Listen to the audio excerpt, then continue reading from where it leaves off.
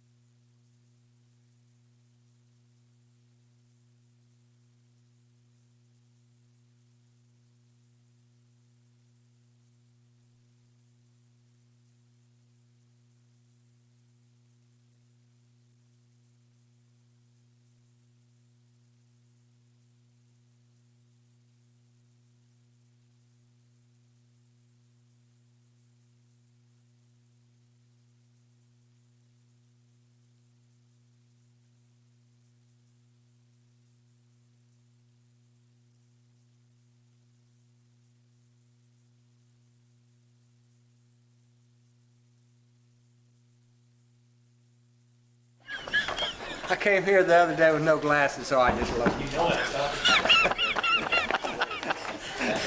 Oh.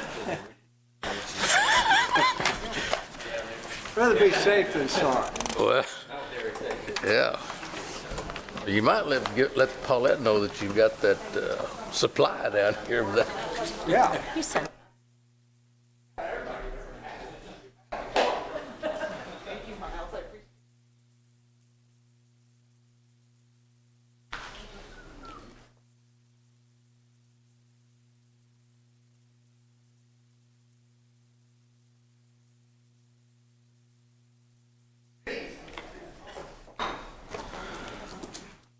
All right, well, we'll reconvene the meeting. No action taken on items 23 and 24, is that correct?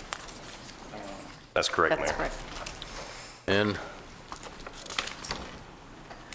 we've already done 25. Item V5 is future agenda items. We got anything there?